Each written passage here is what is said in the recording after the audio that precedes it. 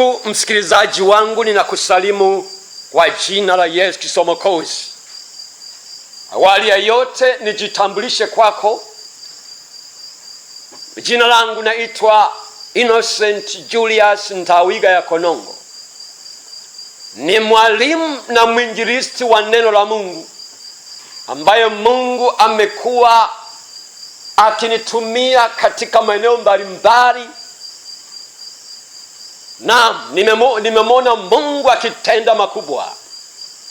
Lakini pia mimi ni mchungaji ninayetumika chini ya madhehebu ya EAGT, kwa maana ya Evangelistic Assemblies of God Tanzania, na mahali ambapo kanisa hilo liko ni katika mkoa wa Morogoro, katika mji wa Ifakara. Kwa wewe ambaye unanisikiliza na utakuna nisikiliza katika kipindi hiki ambacho kinaitwa kipindi cha Ijue Kweli ili kuweke huru, kitakachokuwa kinakujia kila siku kama ya leo na muda kama huu, fuatana pamoja nami popote utakapotokea. Umekuja katika mkoa wa Morogoro, katika mji wa Ifakara, uliza kanisa la EAGT Lango la Baraka. Hapo ndipo palipo na kituo changu. Lakini Mungu amekuwa ananitumia katika huduma ya kuhubiri na kufundisha neno la Mungu katika sehemu mbalimbali. Na njia mojawapo ambayo Mungu amenipa neema ni kupitia vyombo vya habari kama chombo hiki ambacho sasa tuko pamoja unanisikiliza. Kwa hiyo ninamshukuru Mungu kwa neema yake. Kwa hiyo ninakukaribisha sana, na hautajutia kipindi hiki ambacho kitakuwa kinakujia siku ya leo na muda kama huu. Haleluya.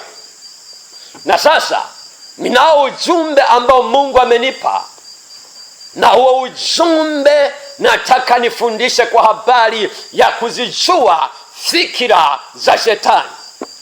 Kuzijua fikira za shetani. Haleluya.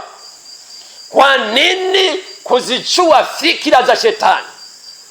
Ni kwa sababu ya nyakati tunazoziishi. Ni lazima tuzijue fikira za shetani, kwamba shetani anatendaje kazi. Lakini si hivyo tu, lazima tufahamu hapa duniani kuna falme mbili zinazotenda kazi kwenye ulimwengu wa roho kuja katika ulimwengu wa mwili. Kuna ufalme wa nuru au ufalme wa Mungu, ambao ufalme ulikuja kuanzishwa na kujengwa na Yesu Kristo. Huo ufalme una wanachama wake na una mfumo wake wa namna ya kuishi hapa duniani. Na huo ufalme siku zote unatafuta uweze kuongeza wanachama wake. Lakini kuna ufalme wa giza ambao kiongozi wake ni Ibilisi. Na huo ufalme wa giza nao unapambana kutafuta kuongeza wanachama wake kila kukicha, nao una mfumo wake. Kwa hizi ni falme mbili zinazotenda kazi. Sasa anaposema kuzijua fikira za shetani, maana yake ni nini? Na hebu ngoja nisome andiko la kutuongoza katika kitabu cha Wakorintho wa pili sura ya pili mstari wa 11. Wakorintho wa pili sura ya pili mstari wa 11. Biblia inasema, shetani asija kapata kutushinda, kwa maana hatukosi kuzijua fikira zake. Umesikia? Shetani asija kapata kutushinda, kwa maana hatukosi kuzijua fikira zake. Haleluya, haleluya. Hili ni angalizo la Mungu mwenyewe. Anasema shetani asija kapata kutushinda. Maana yake hapa walikuwa wanaambiwa hawa wanachama wa ufalme wa nuru, ambao hawa wanachama walikuwa wamemwamini Yesu kama Bwana na Mwokozi wa maisha yao, na wamejitoa kumngoja mpaka atakapokuja kuwachukua. Tayari wameshajua kuna ufalme wa giza ambao ndio maadui zake. Sasa hapa wanapewa angalizo, anasema angalieni Shetani asije kapata kutushinda, maana hatukosi kuzijua fikira zake. Sasa tafsiri rahisi ya fikira ni mawazo yaliyochakatwa yanayoweza kamua hatima ya mtu kama akiyakubali na kuyatendea kazi. Fikira ni mawazo. Sikiliza, kuna mawazo ya aina tatu. Kuna mawazo ya kimungu ambayo msingi wake ni neno la Mungu, lakini kuna mawazo ya kibinadamu ambayo msingi wake ni ubinafsi, ambao huo binafsi ulianza baada ya anguko la Adamu na Hawa. Wanadamu wana asili ya ubinafsi. Kwa hiyo yale mawazo ya kibinadamu yanalenga yako kumlengo hasa ya ubinafsi, lakini kuna mawazo ya shetani ambayo yenyewe msingi wake ni uasi, kinyume na Mungu. Swali, mawazo yanayotawala maisha yako ni mawazo ya aina gani? Wewe unaweza kujibu hilo swali. Sasa naposema shetani, sikiliza, mawazo ya shetani mara nyingi huwa yanalenga, yanatia upofu, huwa yanamteka mtu asitambue madhara yake ya kesho, asitambue matokeo ya kesho. Maana wazo unalipokea, unalitafakari, ukishalitafakari wakati mwingine unaliongea na unalipeleka kwenye matendo. Ukishalipeleka kwenye matendo, linaamua hatima maisha yako. Ndiyo maana hapa wakawa wanapewa angalizo. Ndiyo maana mpaka leo Mungu ameleta ujumbe ili uweze kuzijua fikira za shetani. Haleluya, haleluya. Sasa nisome Wakorintho wa pili sura ile ya 11 mstari wa 14 mpaka 15. Wakorintho wa pili sura ile ya 11 mstari wa 14 mpaka ule mstari wa 15. Wala si ajabu, maana shetani mwenyewe hujigeuza awe mfano wa malaika wa nuru. Basi si neno kubwa watumishi wake nao wakajigeuza wewe mfano wa watumishi wa haki, ambao mwisho wao utakuwa sawasawa na kazi zao.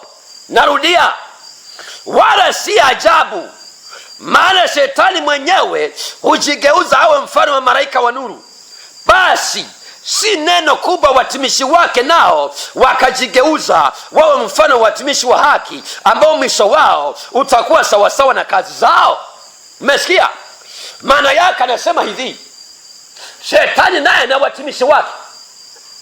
Lakini shetani akija kama shetani alivyo, anaweza kawapata wachache. Sikiliza, alipokuja, kumbuka wakati anaasi kule mbinguni, huyu Lucifer alikuwa ni roho. Aliasi akiwa katika roho. Roho haionekani kwa macho, kwa kuwa Adamu na Hawa walikuwa wanaishi katika mwili, wanaonekana kwa macho. Asingeliweza kuwadanganya akiwa katika roho. Ilibidi avae umbo linaloonekana kwa macho, akavaa umbo la nyoka, ambaye huyu nyoka alikuwa ni mnyama ambaye alikuwa karibu sana na Adamu na Hawa. Kabla ya anguko walikuwa wanaongea wanyama. Kwa hiyo huyu nyoka alionekana, alikuwa ni nyoka, mnyama ambaye alikuwa sana jirani na Hawa. Sikiliza, shetani ikikosa ukupata wewe, atataka pitie kwa yule mtu ambaye yuko karibu sana na wewe, ambaye itakuwa ni vigumu sana kutambua. Haleluya, haleluya. Sikiliza, shetani akija kama shetani hawezi kukupata. Ili aweze kuja akupate, lazima avae sura nyingine ambayo ni vigumu sana wewe kutambua, hasa kama hauna Yesu ndani na hujajaa neno la Mungu. Haleluya, haleluya. Ndiyo maana mtunga Zaburi 119 akasema, neno lako nimeliweka moyoni mwako, moyoni mwangu, ili nisije nikakutenda dhambi. Haleluya. Maana yake ni nini? Anapokuja na kuja amevaa vazi la kondoo, kumbe ndani ni mwitu. Inawezekana wewe ni shahidi, umetapeliwa na mtu ambaye ulimwamini sana, tena alisema tunashirikiana, kumbe ndani yake ni hila. Mwanzoni mkaenda vizuri, kumbe ndani alikuwa sivyo alivyo. Sikiliza, Shetani anatumia silaha ya hila. Hila ni uongo uliojificha ndani ya ukweli, unashindwa kupambanua. Wewe unalia kwa sababu umesalitiwa na mume wako, alikuwa nakuletea hiki, mnacheka, kumbe ana hawara. Umekuja kutambua, unaumia sasa, lakini ulimuona kama ni mtu mwema sana. Umeumizwa, umejeruhiwa na mtu ambaye hukutarajia kabisa. Kwa nini? Ndivyo shetani anavyotenda kazi. Sikiliza, hata hawa manabii wa uongo, wachungaji wa uongo, mitume wa uongo, watu mnashindwa kupambanua kwa sababu wanasoma Biblia na wao wanahubiri, nao wanataja jina la Yesu. Watu wanachanganyikiwa na unasema kwa kweli wewe ni mtumishi wa kweli kabisa, mbona naye anahubiri, mbona naye anasema kwa jina la Yesu? Sikiliza, shetani anaweza akachukua ukweli 99 akachangana uongo mmoja. Sikiliza, shetani akichukua ukweli 99 akichangana uongo mmoja, hauwi ukweli tena, ni uongo. Kwa hiyo yeye hapati shida kukuonyesha mambo 9 ya kweli, halafu akaingiza la kwake moja. Akiingiza la kwake moja, lile la kwake limefunika yale yote 9, yanabaki ya kwake. Ndicho anachokifanya. Haleluya! Ndio maana nafundisha ili uweze kuzijua fikira za shetani. Ndugu zangu, umefika wakati wa kumjua Yesu, yule Yesu original aliyekufa pale msalabani, sio kubabaisha shetani. Sikiliza, naye hakurupuki. Wapo watu nasema shetani ni mdudu tu. Angekuwa mdudu, dunia ingekuwa hivi ilivyo. Naye hakurupuki, ana mkakati wake. Haleluya, haleluya, haleluya. Anapokuja lazima vazi la kondoo. Akija kama alivyo, atawapata wachache. Linakuja kama wazo jema. Mpaka unajiuliza, si hili ni wazo la Mungu, si hili ni wazo la shetani, si ni mawazo yangu mwenyewe. Unajikuta uko dilema, unachanganyikiwa. Maana yake hapo ndipo shetani anapodumbukiza wazo lake. Haleluya, haleluya. Hebu sasa tuangalie mifano ya maeneo ambayo shetani huwa anayalenga. Yaani kuna maeneo ambayo shetani huwa anayalenga. Akifanikiwa amekupata katika kila eneo. Naye kuna maeneo anajua yamebeba thamani ya mtu. Haleluya, haleluya. Hebu naomba tusome kitabu cha Kutoka sura ile ya 8 mstari wa 25 mpaka 27. Kitabu cha Kutoka sura ya 8 mstari wa 25 mpaka 27. Biblia inasema, Farao akawaita Musa na Haruni akawaambia, enendeni mkamtolee Mungu wenu dhabihu ndani ya nchi hii. Musa akasema, haitupasi kufanya hivyo, kwa kuwa tutamchinjia Bwana sadaka Mungu wetu. Haya machukizo wa Misri, je, tutachinja sadaka hayo machukizo wa Misri mbele ya macho yao, wasitupige kwa mawe? La, tutakwenda safari ya siku 3 jangwani, tumchinjie dhabihu Bwana Mungu wetu kama alivyotuagiza. Haleluya, haleluya, haleluya. Sikiliza, wana wa Israeli wakiwa kule utumwani Misri, ulikuwa ni mfano wa wana wa ufalme wa Mungu. Wameenda kuandaliwa ili wakaitumikia kusudi la Mungu. Sikiliza, walienda ili Mungu akawafundishe habari ya shetani anavyotenda kazi. Ufalme wa giza unatendaje kazi? Maana wakati mwingine shetani mara nyingi sana huwa anatangulia kwenye maisha ya mtu, halafu Yesu anakuja anaingilia kati. Maana Yesu akitangulia utashindwa kumjua shetani anapokuja. Ndio maana shetani anakuja na tangulia. Ndio maana kwenye maisha yako mpaka sasa mambo yamevurugika, hayaendi kabisa. Ninayo habari njema. Ni kweli kwa sasa unamwona shetani amesimama kwenye maisha yako, lakini utakapofungua moyo wako ndipo Yesu atakapoingia ili aonyeshe uweza wake, ili aonyeshe nguvu zake, kwamba shetani si chochote mbele za Yesu. Anapoingilia kati lazima shetani asarende. Haleluya. Maana daima siku zote ufalme wa nuru una nguvu kinyume na ufalme wa giza. Ndiyo maana hata kwenye nyumba kama kuna giza, ukiwasha ile switch chao ya umeme, ndani ya sekunde hiyo giza inatoweka. Ndivyo ulivyokuwa na ufalme wa nuru na ufalme wa giza. Haleluya, haleluya, haleluya.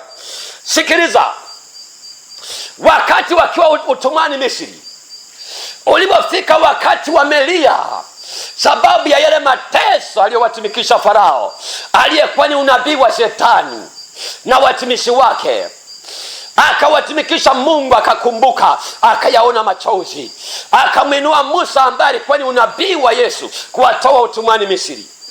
Lakini Mungu akamwambia Musa hivi, huyo Farao hataweza kuwaruhusu kwa maneno ya demokrasia, atawaruhusu kwa mkono wa nguvu. Mungu akamwambia Musa, Farao ana vitu anavyojivunia. Farao alikuwa na miungu isiyopungua 10. Yale mapigo 10 yalikuwa nasimama badala ya miungu.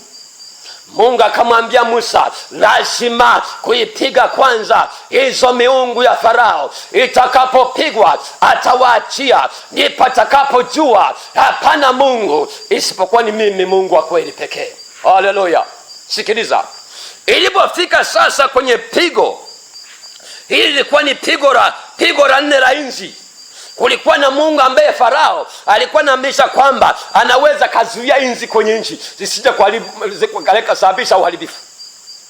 Sasa Musa alipopiga, akaamuru inzi wote wakajaa kwenye nyumba, kuanzia Farao wa mawaziri wake kote, mainzi kwenye masufuria, kwenye chitanda. Mwisho Farao akawaita Musa na Haruni, akasema hivi, Musa na Haruni, na waruhusu nyie, si mnataka kwenda kutoa dhabihu, kumtolea Mungu dhabihu, Mungu wenu, na waruhusu sasa mkatoe dhabihu kama mnavyotaka, lakini ndani ya nchi hii hamna haja kuondoka. Umeona hiyo hila? Ni kama wazo zuri hivi kwamba ninyi si mnataka kutoa dhabihu. Maana Wayahudi walikuwa wanaumia sana kwa kuwepo kule utumwani, halafu hawatoi sadaka. Ilikuwa inawauma sana. Wakasema, tunatamani twende tukamtolee Bwana wetu dhabihu. Sasa hatuwezi kutoa dhabihu, tuko utumwani.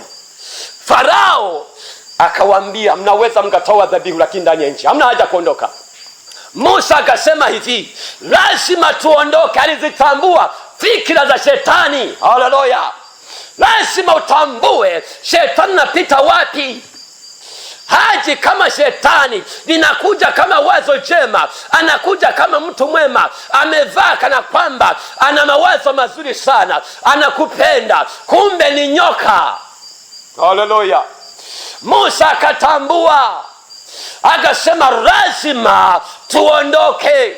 Hatuwezi kutoa dhabihu kwenye nchi ya utumwa, dhabihu kwenye nchi ambayo inaabudu miungu mingine. Tutakwenda mwendo wa siku 3, kwa sababu sadaka zetu sisi ni wanyama ambao kwenu ninyi wa Misri ni miungu.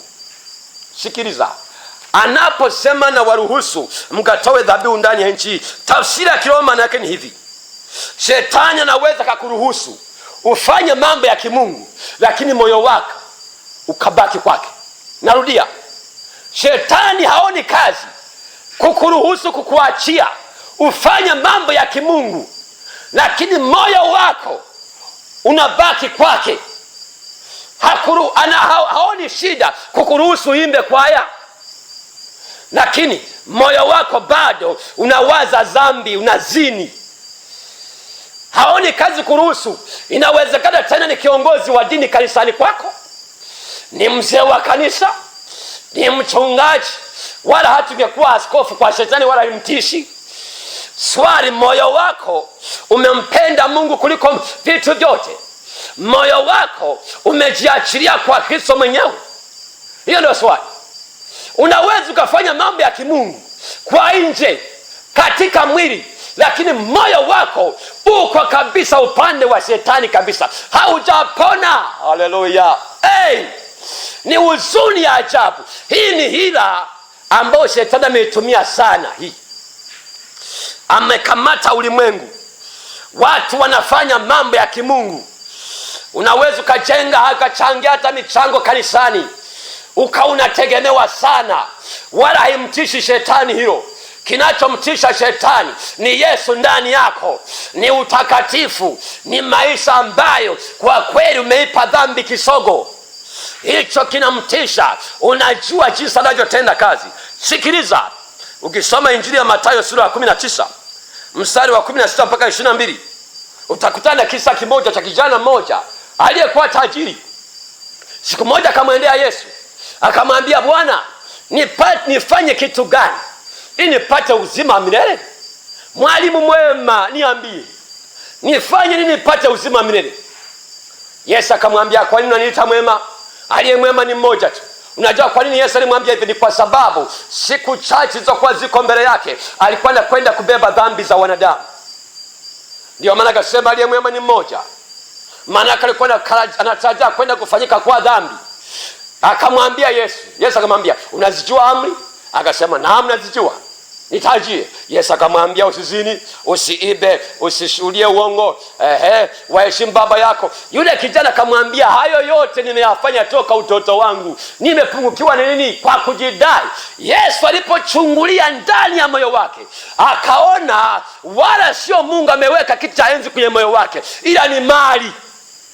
Yesu akamwambia, sasa ili upate uzima milele, wewe unataka kupata uzima milele, kauze vyote ulivyo navyo wape maskini, halafu njoo unifuate. Yule kijana akasema, la, kama ufalme wa Mungu ndio huo, nimeshindwa mimi. Akaondoka kwa huzuni. Ndivyo mioyo ya watu ilivyo. Haleluya, haleluya. Mungu akichungulia kipiga darubini, unashangaa watu wamejaa kwenye nyumba za ibada, lakini mioyo inawaza vitu vingine vya kidunia kabisa. Haleluya, haleluya, haleluya. Ndivyo huyo kijana alijitahidi kufanya matendo ya kidini sana, lakini sivyo ilivyo kwa moyo wake. Sivyo ilivyo kwa moyo wake. Yeremia sura ya 3 mstari wa 10, Biblia inasema, na pamoja na hayo yote dada yake Yuda mwenye hiana hajanirudia mimi kwa moyo wake wote, bali kwa unafiki, asema Bwana. Wakati wa Yeremia aliyekuwa na tabiri wakati wa wana wa Yuda kwamba wasipotubu watakwenda utumwani, tayari Israeli walikuwa wamekwisha kugawanyika katika sehemu mbili. Kuna makabila 10 yalishameguka yakaenda kaskazini, ikaitwa Israeli, wakachukuliwa na Waashuru wakapotea huko. Lakini kuna makabila mawili, Benjamin na Yuda, hao ndio waliokwenda utumwani Babeli. Sasa nasema pamoja na hayo dada yake Yuda, maana yake wale watu wa makabila 10 yale makabila 10 yaliyojitenga yakaenda upande wa kachukuliwa utumwani kwenda Ashuru. Anasema hivi, dada yake Yuda mwenye hiana hajanirudia kwa moyo wake wote, bali kwa unafiki, asema Bwana. Maana yake naposema hajanirudia, maana yake kuna watu wako kwenye nyumba za ibada wanajiita Wakristo, lakini kwa kweli hawajawa na toba ya kweli. Mojawapo ya kitu kinachochafua imani ya wokovu ni kuwa na watu wengi ambao bado mioyo yao hawajawa na toba ya kweli. Shetani bado wanataka na mambo yake, mambo ya dunia wanataka, na Yesu bado anamtaka. Chagua moja, ndugu yangu, chagua moja. Kinyume na hapo ni unafiki. Unafiki maana yake ni kuwa katika sura mbili. Unajigeuza, yani hueleweki. Kwa nje unaonekana unafanya mambo ya kimungu, lakini kwa ndani. Mathayo sura ya 15 mstari wa 7 na wa 9, Yesu anawaambia Mafarisayo, anasema, enyi wanafiki, ni vyema alivyotabiri Isaya kwa habari yenu akisema, watu hawa huniheshimu kwa midomo yao, ila mioyo yao iko mbali nami, nao waniabudu bure, wakifundisha mafundisho yaliyo maagizo ya wanadamu. Ayayayaya, umesikia? Yesu anawaambia Mafarisayo, anasema, enyi wanafiki. Ninampenda Yesu, alikuwa amenyoka, injili yake ilikuwa imenyoka, haikuwa ni injili ya namna ya kibinadamu ya kuwapaka watu mafuta kwa mgongo wa chupa, ya kuwaambia kuna salama wakati kuna hatari. Aliwaambia kweli, na kweli inachoma. Kweli huwezi ukasikia kweli ukacheka, lazima ulie. Haleluya. Anasema watu hawa, Isaya tabiri habari zao, wananiheshimu kwa midomo yao, lakini mioyo yao iko mbali nami, nao wananiabudu bure, wakifuata mafundisho yaliyo maagizo ya wanadamu. Ni kweli kabisa, umefanya mafundisho ya kidini yote umetekeleza. Bahati mbaya sana, dhambi imekushinda. Mtu aliye na safari ya kwenda mbinguni hana mawazo mabaya kama ya kwako, hana maneno machafu kama ya kwako, hana tabia kama za kwako, lakini imeleta habari njema kwako. Wakolosai sura ya 1 mstari wa 13 na 14, Biblia inasema, naye alituokoa na nguvu za giza, akatuhamisha na kutuingiza katika ufalme wa mwana wa pendo lake. Katika yeye tuna ukombozi, yani masamaha ya dhambi. Naye alituokoa katika nguvu za giza, akatuhamisha, akatuingiza katika ufalme wa mwana wa pendo lake. Ninatangaza hadharani, wokovu ni kuhama. Wokovu ni kuhamishwa, ni kuhamishwa. Hatuendi mbinguni na mizigo, tunaenda mbinguni kama watu walio huru. Tumepumzishwa mizigo, hatuna mawazo mabaya, hatuna tamaa za aina zozote, hatuna tabia zozote, hatuendi kwa waganga, hatufanye uzinzi. Tumehamishwa, naye alituhamisha. Wokovu ni kuhama. Haleluya. Ukubali kuhamishwa. Wana wa Israeli walikuwa na kwenda kwa mioyo yao, wakaona rejea Misri. Wokovu ni kuhama. Unahama mzima mzima. Kama mtu anaishi Tanzania anahamia Marekani, anapata uraia wa Marekani, hiyo maana yake, haleluya, haleluya, ni kuhama. Kubali Yesu akuhamishe leo, uhame. Utaanza kuanza safari ya kuzijua fikira za shetani. Hata ndoa yake itakuwa salama, itakuwa salama. Hata kazini kwako utawatambua maadui wanaokuja kwa hila, kwa sababu Yesu ni nuru, ataangaza wakati wa giza. Unasema, mtumishi wa Mungu, nimekuelewa, nimekuelewa. Ninatamani nianze safari ya kuingia katika ufalme wa nuru. Ngoja na kwenda kuomba kwa ajili yako. Wewe ambaye unatamani sana Yesu akuhamishe, uanze safari sasa kuzijua fikira za shetani kabisa. Utaishi maisha kubahatisha tena. Nataka niombe kwa ajili yako kabisa. Shika redio yako, unaosikia kwa simu, shika pale ulipo. Baba mwenye nguvu zote, ninakushukuru kwa ajili ya ndugu amesikia neno lako na yuko tayari kuchukua hatua. Naomba fanya jambo la kipekee kwenye maisha yake.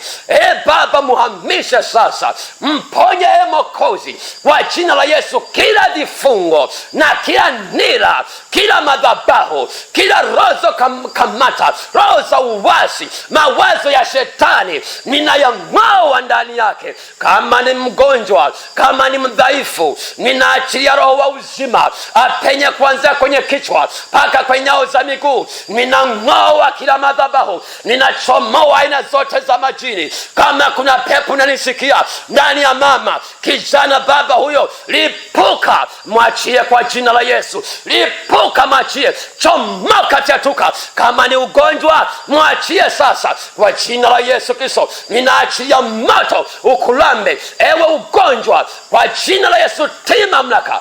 Natangaza uzima na uponyaji kwa jina la Yesu Kristo Mwokozi. Sasa ushauri wangu, nenda tafuta kanisa la kiroho la watu wamwitao Bwana kwa moyo safi, watumishi wa Mungu wanaohubiri kweli bila kuchakachua, wanamsema Yesu kama alivyo. Nenda kaabudu hapo, watakusaidia.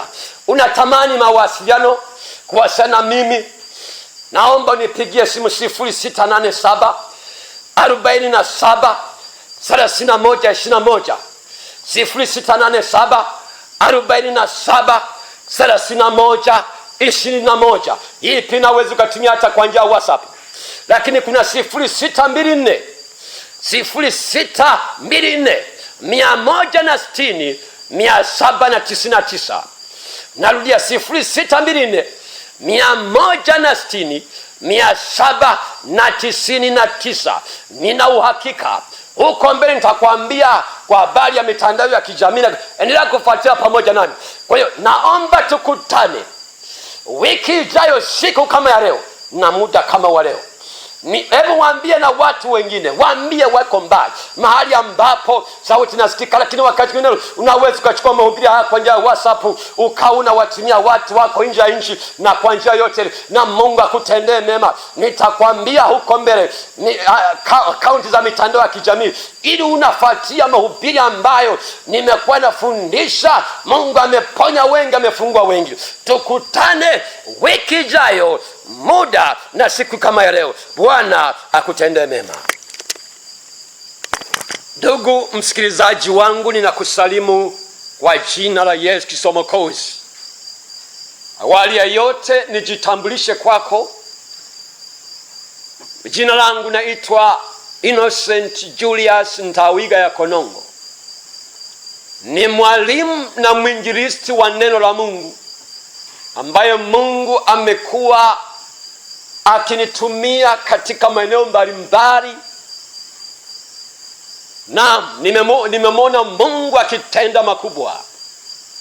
Lakini pia mimi ni mchungaji ninayetumika chini ya madhehebu ya EAGT, kwa maana Evangelistic Assemblies of God Tanzania, na mahali ambapo kanisa hilo liko ni katika mkoa wa Morogoro, katika mji wa Ifakara.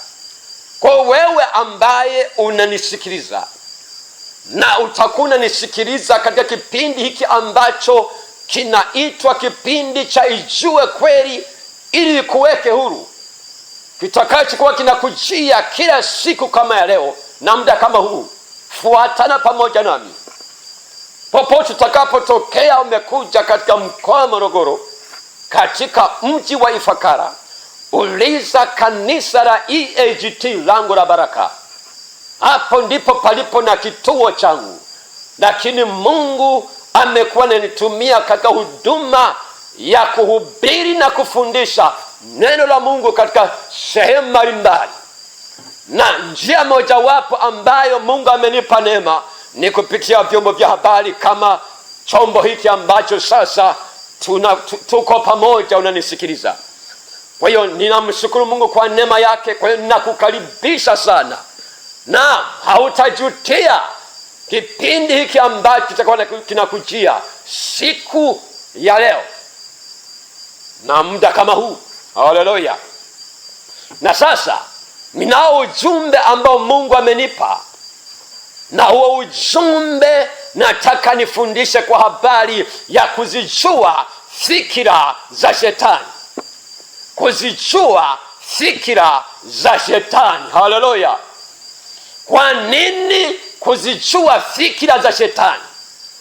Ni kwa sababu ya nyakati tunazoziishi. Ni lazima tuzijue fikira za Shetani, kwamba Shetani anatendaje kazi. Lakini si hivyo tu, lazima tufahamu hapa duniani kuna falme mbili zinazotenda kazi kwenye ulimwengu wa roho kuja katika ulimwengu wa mwili. Kuna ufalme wa nuru au ufalme wa Mungu, ambao ufalme ulikuja kuanzishwa na kujengwa na Yesu Kristo. Huo ufalme una wanachama wake na una mfumo wake wa namna ya kuishi hapa duniani.